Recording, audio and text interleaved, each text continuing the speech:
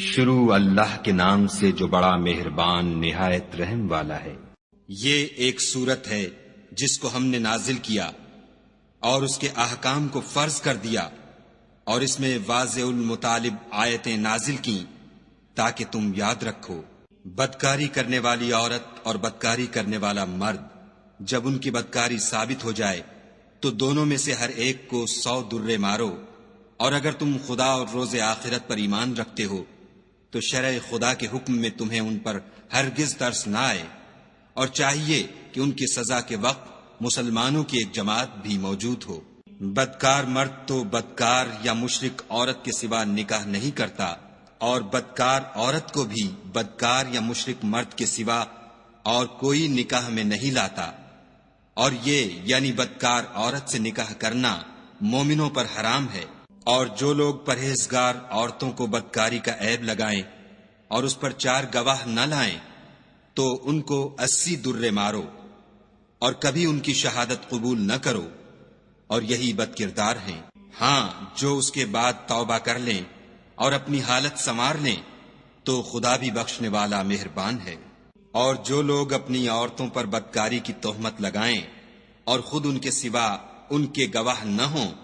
تو ہر ایک کی شہادت یہ ہے کہ پہلے تو 4 بار خدا کی قسم کھائے کہ بے شک وہ سچا ہے، اور 5ویں بار یہ کہے کہ اگر وہ جھوٹا ہو تو اس پر خدا کی لعنت۔ اور عورت سے سزا کو یہ بات ٹال سکتی ہے کہ وہ پہلے 4 بار خدا کی قسم کھائے کہ بے شک یہ جھوٹا ہے، اور 5ویں دفعہ یوں کہے کہ اگر یہ سچا ہو تو مجھ پر خدا کا غضب نازل ہو۔ اور اگر تم پر خدا کا فضل اور اس کی مہربانی نہ ہوتی تو بہت سی خرابیاں پیدا ہو جاتی، مگر وہ صاحب کرم امیم ہے، اور یہ کہ خدا توبہ قبول کرنے والا اور حکیم ہے۔ جن لوگوں نے بہتان باندھا ہے تم ہی میں سے ایک جماعت ہے، اس کو اپنے حق میں برا نہ سمجھنا بلکہ وہ تمہارے لیے اچھا ہے۔ ان میں سے جس شخص نے گناہ کا جتنا حصہ لیا اس کے لیے اتنا وبال ہے، اور جس نے ان میں سے اس بہتان کا بڑا بوجھ اٹھایا ہے اس کو بڑا عذاب ہوگا۔ جب تم نے وہ بات سنی تھی تو مومن مردوں اور عورتوں نے کیوں اپنے دلوں میں نیک گمان نہ کیا، اور کیوں نہ کہا کہ یہ صریح طوفان ہے؟ یہ افطرا پرداز اپنی بات کی تصدیق کے لیے 4 گواہ کیوں نہ لائے؟ تو جب یہ گواہ نہیں لا سکے تو خدا کے نزدیک یہی جھوٹے ہیں۔ اور اگر دنیا اور آخرت میں تم پر خدا کا فضل اور اس کی رحمت نہ ہوتی تو جس شغل میں تم منہمک تھے اس کی وجہ سے تم پر بڑا سخت عذاب نازل ہوتا۔ جب تم اپنی زبانوں سے اس کا ایک دوسرے سے ذکر کرتے تھے اور اپنے منہ سے ایسی بات کہتے تھے جس کا تم کو کچھ بھی علم نہ تھا، اور تم اسے ایک ہلکی بات سمجھتے تھے، اور خدا کے نزدیک وہ بڑی بھاری بات تھی۔ اور جب تم نے اسے سنا تھا تو کیوں نہ کہہ دیا کہ ہمیں شایع نہیں کہ ایسی بات زبان پر لائیں؟ پروردگار تو پاک ہے، یہ تو بہت بڑا بہتان ہے۔ خدا تمہیں نصیحت کرتا ہے کہ اگر مومن ہو تو پھر کبھی ایسا کام نہ کرنا، اور خدا تمہارے سمجھانے کے لیے اپنی آیتیں کھول کھول کر بیان فرماتا ہے، اور خدا جاننے والا اور حکمت والا ہے۔ جو لوگ اس بات کو پسند کرتے ہیں کہ مومنوں میں بے حیائی یعنی تہمت بدکاری کی خبر پھیلے،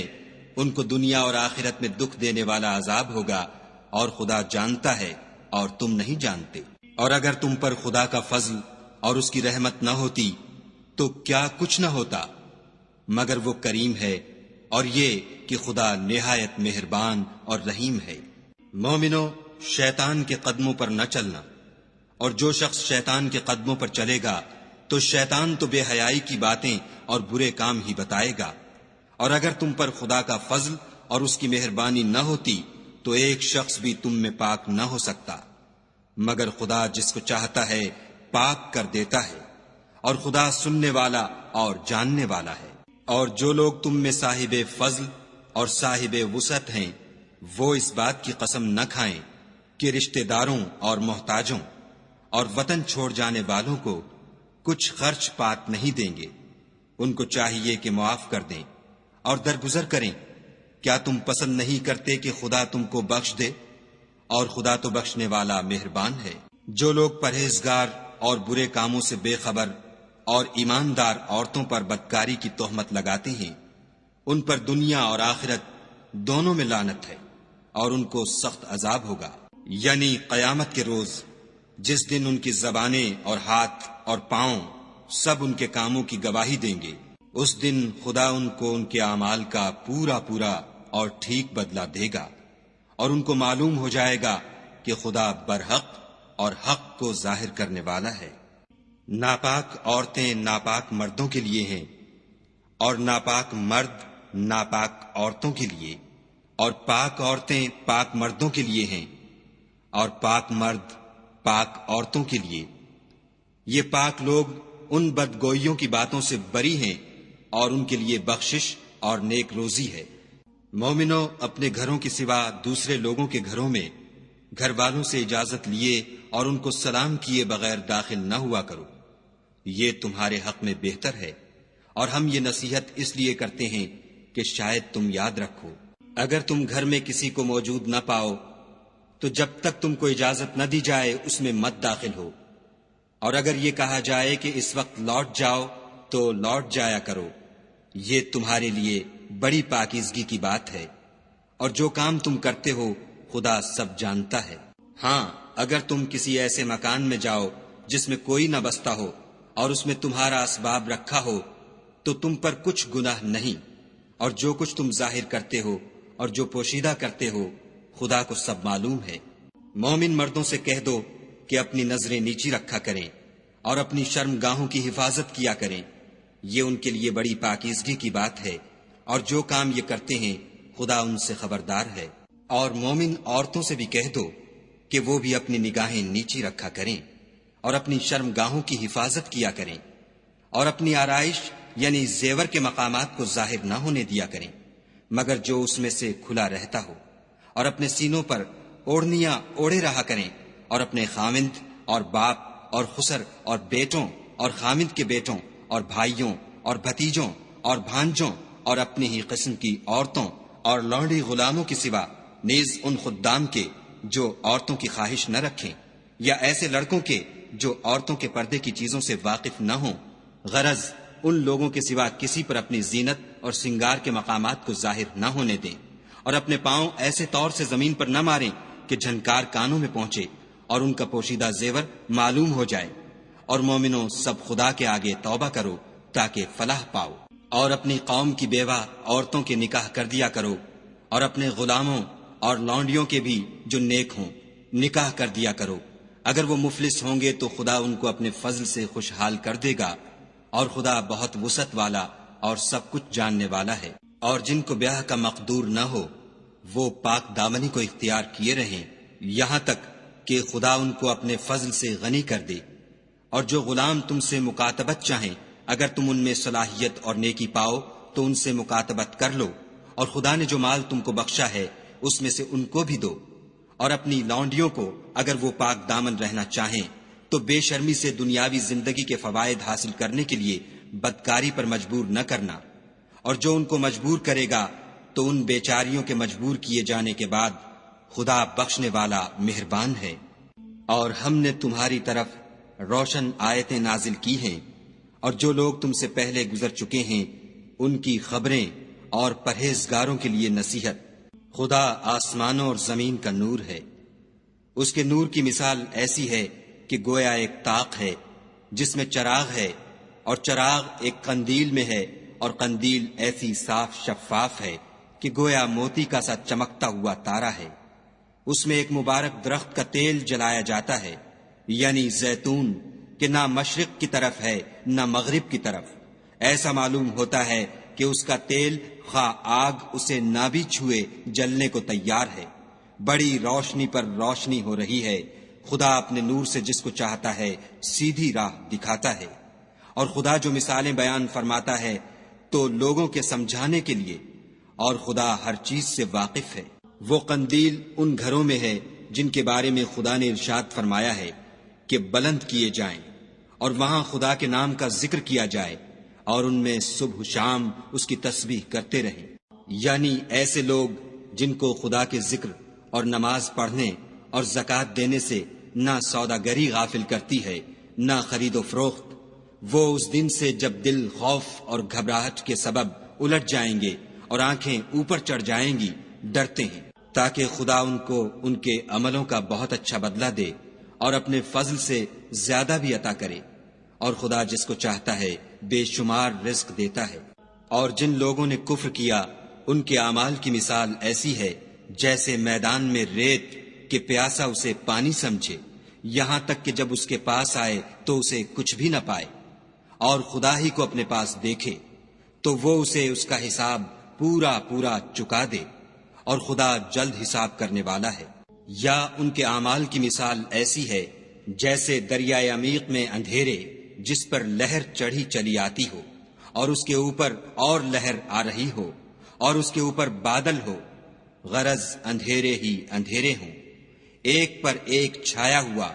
جب اپنا ہاتھ نکالے تو کچھ نہ دیکھ سکے، اور جس کو خدا روشنی نہ دے اس کو کہیں بھی روشنی نہیں مل سکتی۔ کیا تم نے نہیں دیکھا کہ جو لوگ آسمانوں اور زمین میں ہیں خدا کی تسبیح کرتے رہتے ہیں،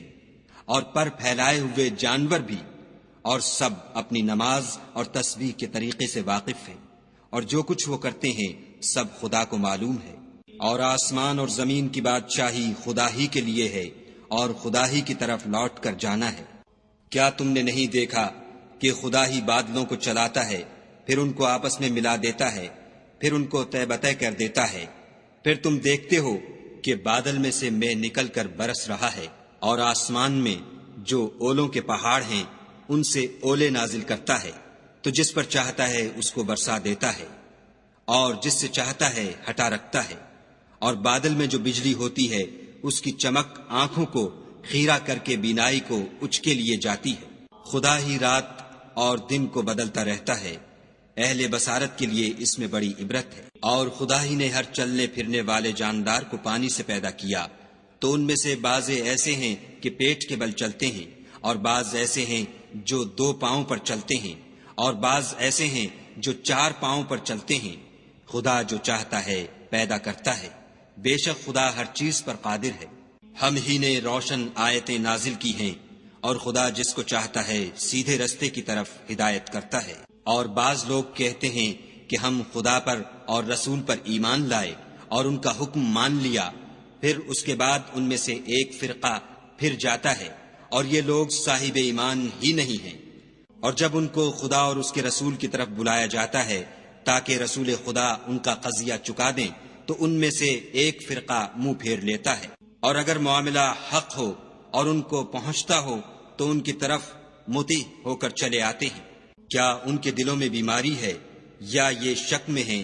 یا ان کو یہ خوف ہے کہ خدا اور اس کا رسول ان کے حق میں ظلم کریں گے؟ نہیں، بلکہ یہ خود ظالم ہیں۔ مومنوں کی تو یہ بات ہے کہ جب خدا اور اس کے رسول کی طرف بلائے جائیں تاکہ وہ ان میں فیصلہ کریں تو کہیں کہ ہم نے حکم سن لیا اور مان لیا، اور یہی لوگ فلاح پانے والے ہیں۔ اور جو شخص خدا اور اس کے رسول کی فرما برداری کرے گا اور اس سے ڈرے گا تو ایسے ہی لوگ مراد کو پہنچنے والے ہیں۔ اور یہ خدا کی سخت سخت قسمیں کھاتے ہیں کہ اگر تم ان کو حکم دو تو سب گھروں سے نکل کھڑے ہوں۔ کہہ دو کہ قسمیں مت کھاؤ، پسندیدہ فرما برداری درکار ہے، بے شک خدا تمہارے سب اعمال سے خبردار ہے۔ کہہ دو کہ خدا کی فرما برداری کرو اور رسول خدا کے حکم پر چلو۔ اگر منہ موڑو گے تو رسول پر اس چیز کا ادا کرنا ہے جو ان کے ذمے ہے، اور تم پر اس چیز کا ادا کرنا ہے جو تمہارے ذمے ہے، اور اگر تم ان کے فرمان پر چلو گے تو سیدھا رستہ پالو گے۔ اور رسول کے ذمے تو صاف صاف احکام خدا کا پہنچا دینا ہے۔ جو لوگ تم میں سے ایمان لائے اور نیک کام کرتے رہے، ان سے خدا کا وعدہ ہے کہ ان کو ملک کا حاکم بنا دے گا جیسا ان سے پہلے لوگوں کو حاکم بنایا تھا،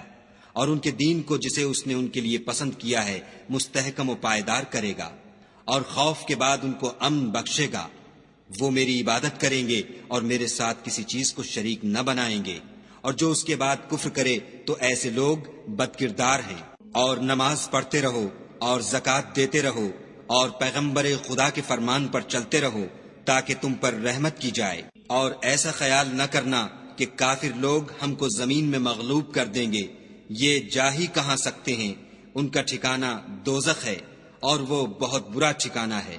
مومنو، تمہارے غلام، لونڈیاں اور جو بچے تم میں سے بلوغ کو نہیں پہنچے 3 دفعہ یعنی 3 اوقات میں تم سے اجازت لیا کریں، ایک تو نماز صبح سے پہلے، اور دوسرے گرمی کی دوپہر کو جب تم کپڑے اتار دیتے ہو، اور تیسرے عشاء کی نماز کے بعد۔ یہ 3 وقت تمہارے پردے کے ہیں، ان کے آگے پیچھے یعنی دوسرے وقتوں میں نہ تم پر کچھ گناہ ہے اور نہ ان پر کہ کام کاج کے لیے ایک دوسرے کے پاس آتے رہتے ہو۔ اس طرح خدا اپنی آیتیں کھول کھول کر بیان فرماتا ہے، اور خدا بڑا علم والا اور بڑا حکمت والا ہے۔ اور جب تمہارے لڑکے بالغ ہو جائیں تو ان کو بھی اسی طرح اجازت لینی چاہیے، جس طرح ان سے اگلے یعنی بڑے آدمی اجازت حاصل کرتے رہے ہیں۔ اس طرح خدا تم سے اپنی آیتیں کھول کھول کر بیان فرماتا ہے، اور خدا جاننے والا اور حکمت والا ہے۔ اور بڑی عمر کی عورتیں جن کو نکاح کی توقع نہیں رہی اور وہ کپڑے اتار کر سرننگا کر لیا کریں تو ان پر کچھ گناہ نہیں، بشرطے کہ اپنی زینت کی چیزیں نہ ظاہر کریں، اور اگر اس سے بھی بچیں تو یہ ان کے حق میں بہتر ہے، اور خدا سنتا جانتا ہے۔ نہ تو اندھے پر کچھ گناہ ہے اور نہ لنگڑے پر اور نہ بیمار پر اور نہ خود تم پر کہ اپنے گھروں سے کھانا کھاؤ یا اپنے باپوں کے گھروں سے یا اپنی ماؤں کے گھروں سے یا بھائیوں کے گھروں سے یا اپنی بہنوں کے گھروں سے یا اپنے چچاؤں کے گھروں سے یا اپنی پھوپھیوں کے گھروں سے یا اپنے ماموؤں کے گھروں سے یا اپنی خالاؤں کے گھروں سے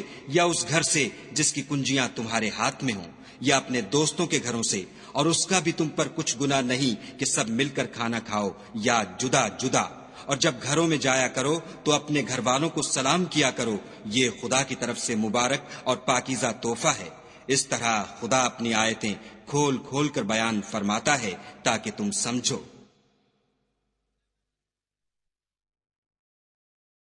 مومن تو وہ ہیں جو خدا پر اور اس کے رسول پر ایمان لائے، اور جب کبھی ایسے کام کے لیے جو جمع ہو کر کرنے کا ہو